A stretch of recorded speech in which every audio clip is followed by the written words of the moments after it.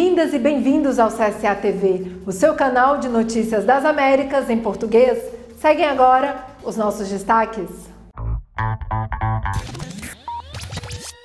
A repressão policial e militar do governo Ivan Duque causa mortes e deixa mais de 700 feridos na Colômbia. No Chile, 35 mil trabalhadores se mobilizaram durante a greve sanitária realizada na semana passada.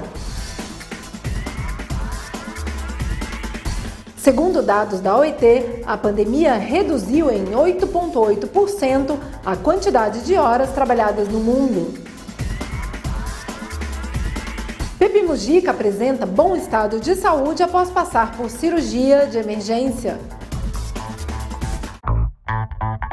A repressão policial e militar do governo de Ivan Duque causa mortes e deixa mais de 700 feridos na Colômbia.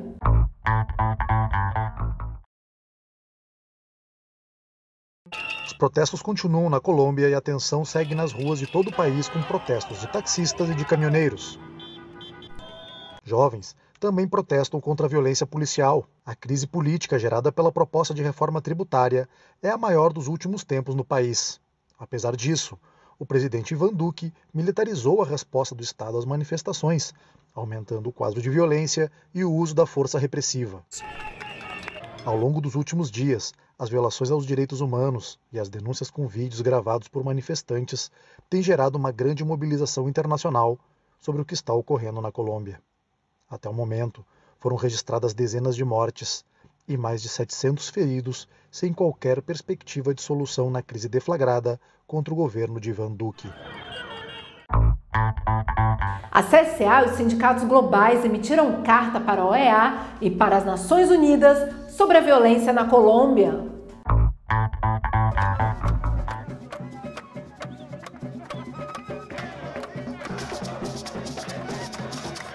O comunicado da CUT Colômbia alerta sobre a escalada militar da repressão, perseguição e assassinatos dos líderes da greve nacional e atualiza os números de violações dos direitos humanos a partir do dia 3 de maio.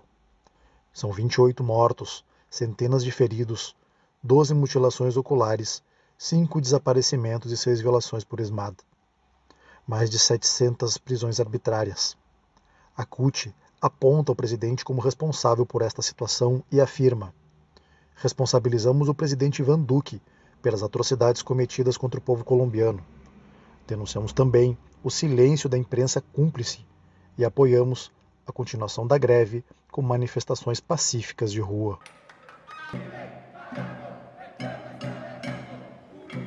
Por sua vez, a CSA emitiu uma declaração afirmando: o movimento sindical internacional, representado pela CSA e os sindicatos globais, faz um pedido urgente para acabar com a violência na Colômbia, por meio de uma carta dirigida à comissária Antônia Urrejola, da Comissão Interamericana de Direitos Humanos, e ao Alto Comissariado das Nações Unidas para os Direitos Humanos, Michelle Bachelet.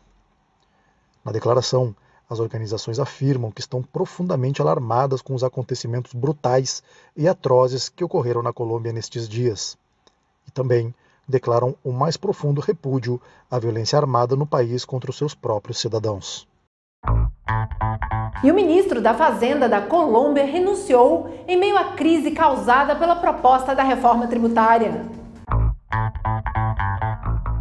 O ministro da Fazenda da Colômbia, Alberto Carrasquilla, renunciou nesta segunda-feira, um dia depois do presidente Ivan Duque ordenar a retirada do projeto de reforma tributária apresentado ao Congresso, que gerou protestos de rua no país. Foi nomeado para a pasta o até então ministro do Comércio, Indústria e Turismo, José Restrepo, economista e acadêmico que também acompanha Duque desde o início do seu governo. Carrasquilla, que esteve no governo desde o primeiro dia, foi o arquiteto da polêmica reforma tributária e, com o colapso dessa iniciativa, a intenção do presidente é substituí-la por outra que seja fruto do consenso político.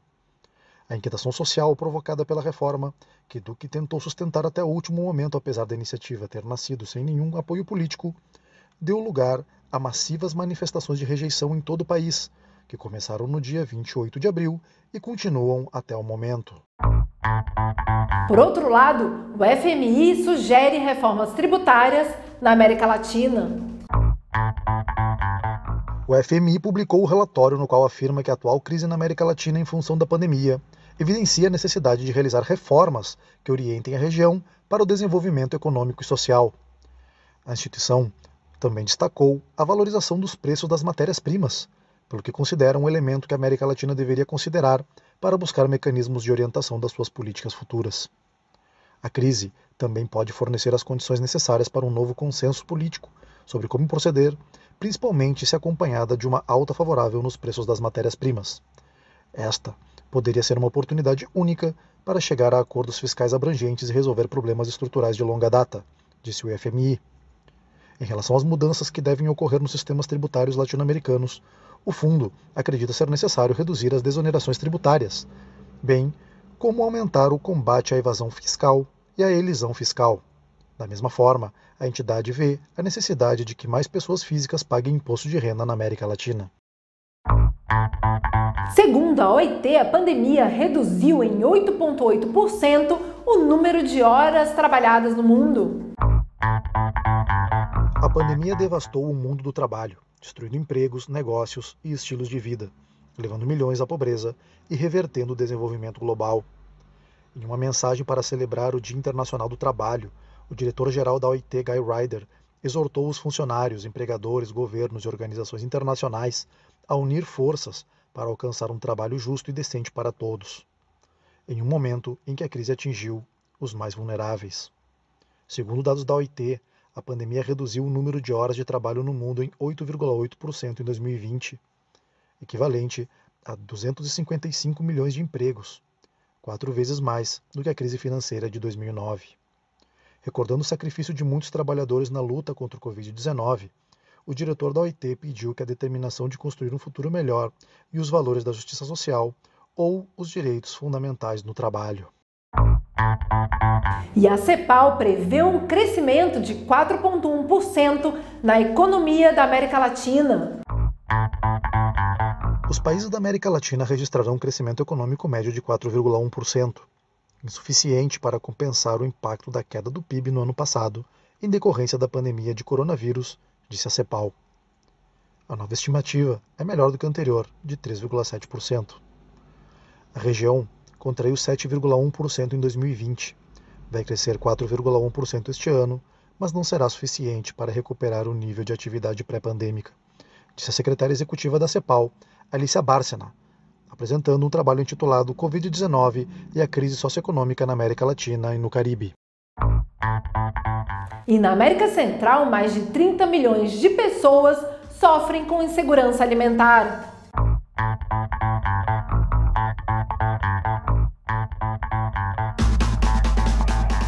Cerca de 30 milhões de pessoas estão na pobreza na América Central. 80% desse total está concentrado no Triângulo Norte, região que requer assistência internacional para enfrentar a pandemia e os efeitos da crise climática que ameaça privar milhares de pessoas de sua segurança alimentar.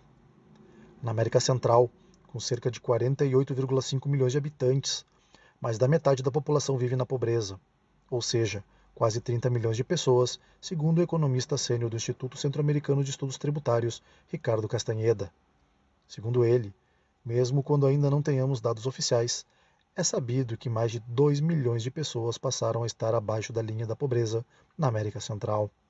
Ele destacou que 80% dos pobres vivem em El Salvador, Guatemala e Honduras, países que compõem o Triângulo Norte da América Central, uma das regiões mais desiguais e vulneráveis à crise climática. As consequências da pandemia e da mudança climática arrastaram 2 milhões de pessoas para a pobreza na América Central. E a crise social, provocada pelo coronavírus e as investidas na natureza, tem causado um aumento da desigualdade, mas também da fome na região, acrescentou. Em sua opinião, a região vive uma espécie de tempestade perfeita. Há uma crise sanitária, econômica e social, mas também ambiental e política, enfatizou o economista, que acredita que as expectativas para 2021 são melhores do que as de 2020, mas ainda há muita incerteza. Mais de 1,3 milhão de infecções, uma contração econômica e uma crise política e social são o saldo da tempestade perfeita que atingiu a América Central há mais de um ano, quando os primeiros casos de Covid-19 foram confirmados. Até agora, o impacto geral da pandemia não foi totalmente quantificado, mas Castanheda prevê que muitas pessoas terão problemas para acessar alimentos, portanto, passarão fome. A fome que assola milhões de centro-americanos é a imagem mais concreta da gravidade da crise. E no Panamá, os sindicatos protestam contra a exclusão causada pelo sistema.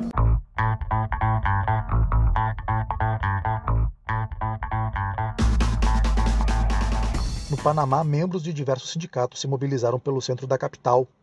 Os movimentos denunciaram que estão tirando direitos trabalhistas e previdenciários em meio à pandemia e afirmaram que não permitirão mudanças na legislação trabalhista ou alterações na idade de aposentadoria ou outros direitos de seguridade social. Com a maior taxa de desemprego em 20 anos e em meio a um diálogo para reformar as pensões, os sindicatos do Panamá marcharam neste 1º de maio para denunciar um modelo excludente que tira os direitos trabalhistas e previdenciários da classe trabalhadora. E unidade para tornar esta nação próspera para todos. De acordo com Saul Mendes, líder do Sindicato da Construção Panamenha, Suntrax, o governo está em guerra contra os trabalhadores. A crise deveria gerar uma reflexão para melhorar a vida das pessoas. E este 1º de maio chama a unidade para enfrentar a realidade e para transformar o país num país mais próspero para todos. Durante a pandemia, o Panamá registrou a maior taxa de desemprego em 20 anos, 18,5%, e uma informalidade de cerca de 53%. A comemoração do 1º de maio também ocorre quando se tenta chegar a um consenso sobre a reforma da Previdência, deficitária, em mesa de diálogo, da qual já se ergueram os principais sindicatos, denunciando que o executivo e os empresários buscam privatizá-la. E Honduras identificou uma nova rota de imigração para os Estados Unidos.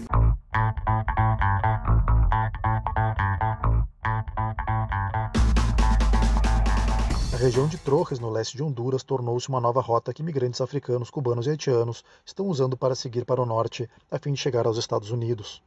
Alguns após fazer escalas em vários países sul-americanos. Por muitos anos, a rota utilizada pelos migrantes, muitos dos quais atravessavam o Brasil, Chile, Peru, Equador, Colômbia e toda a América Central para entrar em Honduras, tem sido a do departamento de Choluteca, no sul do país, na fronteira com a Nicarágua. A coordenadora residente das Nações Unidas em Tegucigalpa, Alice Shackelford, disse que o organismo vem monitorando a situação migratória em Torres há vários meses por meio de uma rede humanitária com outras instituições parceiras. Ela declarou que a ONU está trabalhando para apoiar instituições e a sociedade civil na comunidade onde estão vendo uma concentração de pessoas e mobilidade humana que está tentando chegar ao norte. Mas neste ano, as autoridades de imigração hondurenhas começaram a receber um fluxo maciço de estrangeiros, principalmente em pequenos grupos familiares que não tiveram melhor recepção no município de Torres. De 1º de janeiro a 19 de abril, 1.505 migrantes entraram de forma irregular apenas por meio de Torres, dos quais 1.048 são haitianos.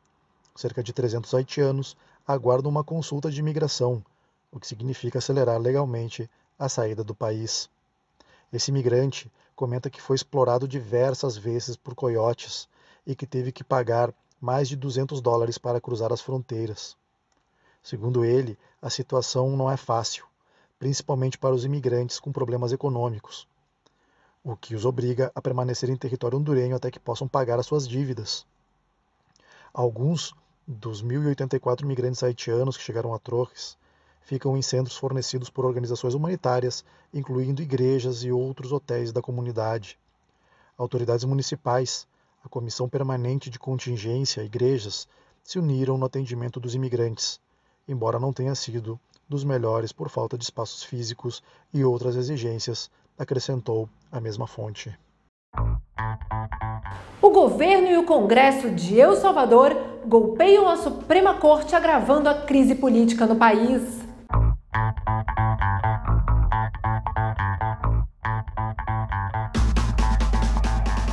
El Salvador enfrenta uma grave crise política depois que o Congresso votou pela substituição de vários magistrados da Corte Suprema do país. A medida foi fortemente criticada pelos Estados Unidos e apontada como golpe por organizações sociais.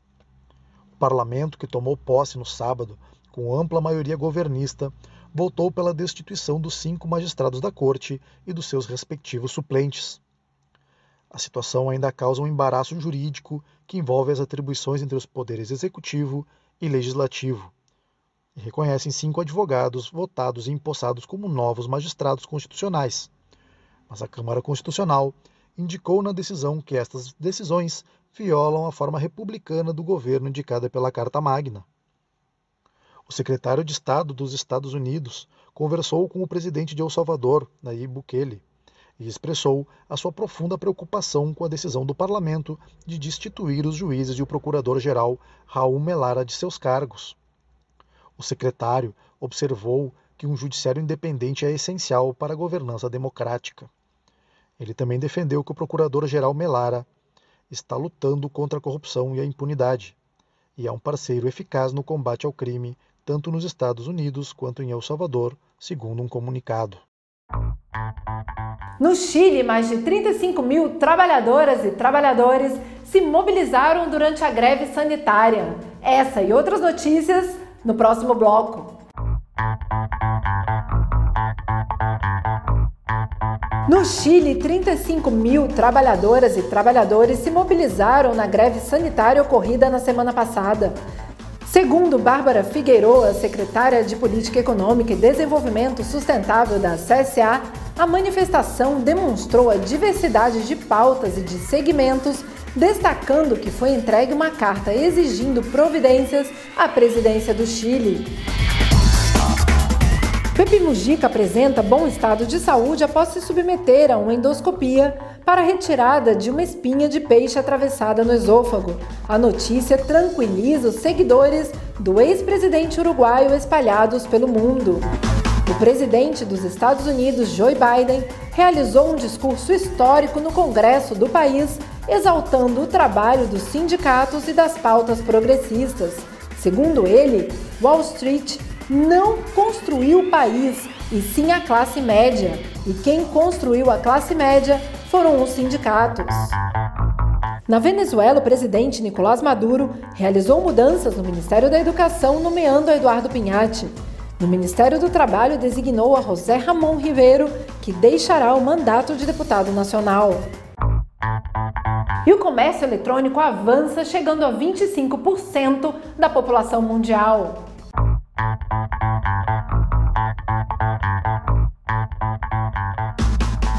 Aproximadamente um quarto da população mundial com mais de 15 anos realizou compras online em 2019, representando 16% das vendas, 2 pontos percentuais a mais do que no ano anterior.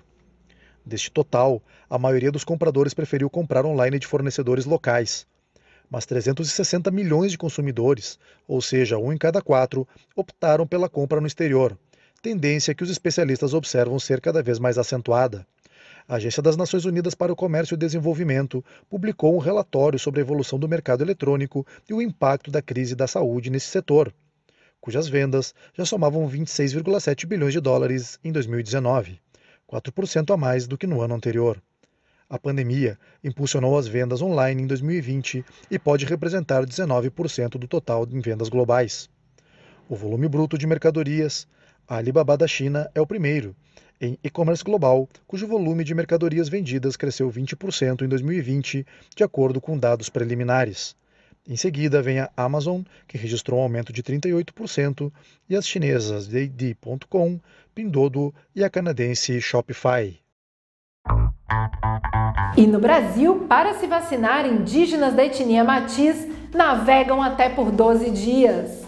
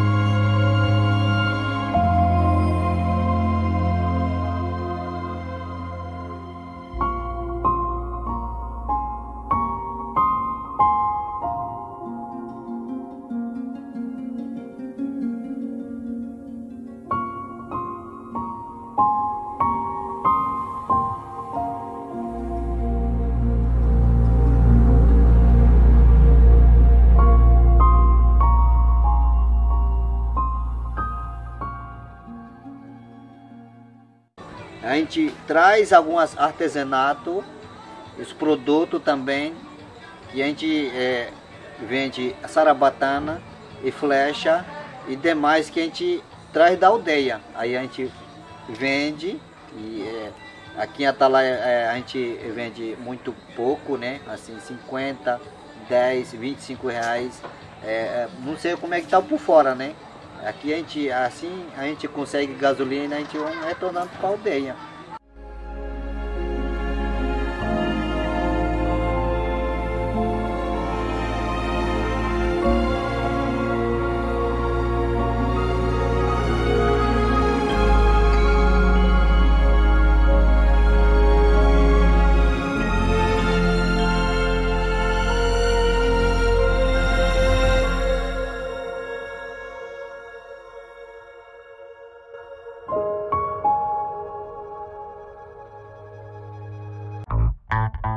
Eu sou Carol Coelho, desde a sede continental da CSA em Montevidéu, no Uruguai. Muito obrigada por nos acompanhar.